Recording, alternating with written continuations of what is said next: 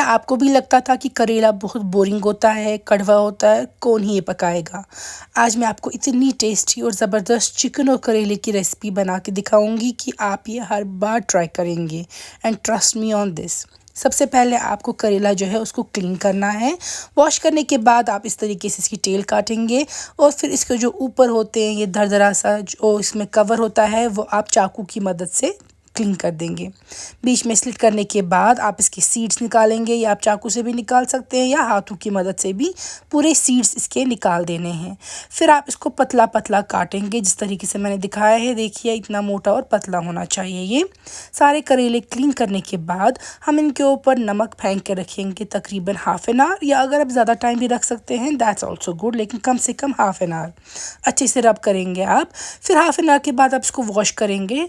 यहाँ पे मैं मस्टर्ड ऑयल गरम कर रही हूँ जब तक इसकी स्मोक निकल जाएगी। करेले को मैंने वॉश करके ड्रेन होने के लिए रख दिया है ताकि पानी की छींकें ना उठे तेल में। अब सारे करेलों को हमें फ्राई करना है। आप यहाँ पे हाई हीट पे ही इनको फ्राई कर सकते हैं। आप देख सकते हैं इनका बहुत डार्क ग्रीन कलर है और फ्राई होने पे ये काफ़ी हल्का लाइट हो जाएगा और ये सॉफ्ट हो जाएंगे। तो आपको करेले को अच्छे से पहले ही फ्राई कर देना है। फ्राई करके निकाल के रखेंगे आप। सेम तेल में आप मस्टर्ड ऑयल में प्याज डालेंगे, 1 या 2 प्याज, ज़्यादा इसमें आप नहीं डालेंगे। 2 प्याज आर मोर देन इनफ। इसमें आप 1 चम्मच डालेंगे नमक का और बिल्कुल क्रिस्पी ब्राउन होने तक प्याज को अकेले पहले फ्राई कर देंगे। जब ये क्रिस्पी ब्राउन हो जाए आप उसके बाद इसमें डाल देंगे चिकन, जिसको हमने अच्छे से वॉश करके पहले ही ड्रेन होने के लिए रख दिया है। अब चिकन को आप प्याज के साथ ही फ्राई कर देंगे, घबराइएगा नहीं, प्याज जलेगा नहीं। इसके बाद प्याज और फ्राई नहीं हो जाएगा बल्कि चिकन जो है वही फ्राई होता रहेगा। चिकन का जब कलर ब्राउन हो जाएगा थोड़ा सा तो अब इसमें आप टमाटर डालेंगे, 1 या 2 से ज़्यादा टमाटर इसमें नहीं डालने हैं आपको। अब आप टमाटर को भी सही से फ्राई करेंगे। टमाटर को आप इस तरीके से ब्रेक भी कर सकते हैं बीच बीच में इन बिटवीन चिकन। खड़े मसाले आप इसमें ऐड करेंगे, यानी कि बड़ी इलायची, दालचीनी और लौंग। छोटी इलायची इसमें ऐड नहीं करनी है। अब हम अच्छे से टमाटर को फ्राई कर देंगे। आप देख सकते हैं मैं थोड़ा सा तोड़ रही हूँ टमाटर को भी फ्राई होने के साथ साथ ही। टमाटर, चिकन, प्याज और खड़े मसालों को जब अच्छे से भुनेंगे आप फ्राई करेंगे, फिर इसमें डालेंगे आप गार्लिक। मैंने 1.5 टीस्पून या 2 टीस्पून अभी आप डाल सकते हैं गार्लिक के पेस्ट के। यहाँ पे मैं लाल मिर्च डाल रही हूँ, ये भी मैं 1.5 टीस्पून डाल रही हूँ, थोड़ी सी ज़्यादा यहाँ पे।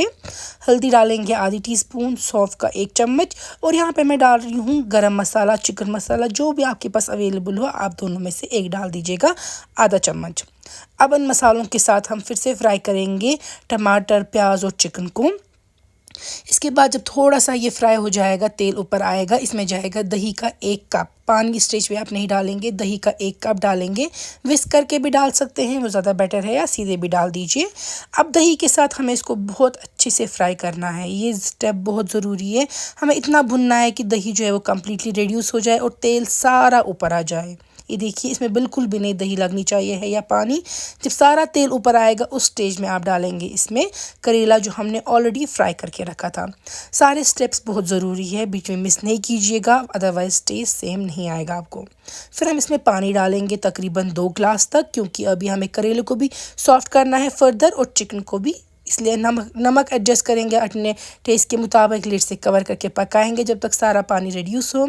इसमें ज़्यादा करी मैंने नहीं रखी है, आप चाहे तो अपने मुताबिक एडजस्ट कर सकते हैं। ऊपर हम इसको गार्निश करेंगे फ्रेश कोरिएंडर से और हमारी बहुत ही टेस्टी ज़बरदस्त करेले और चिकन की रेसिपी तैयार है। ज़रूर बनाइएगा एंड एन्जॉय।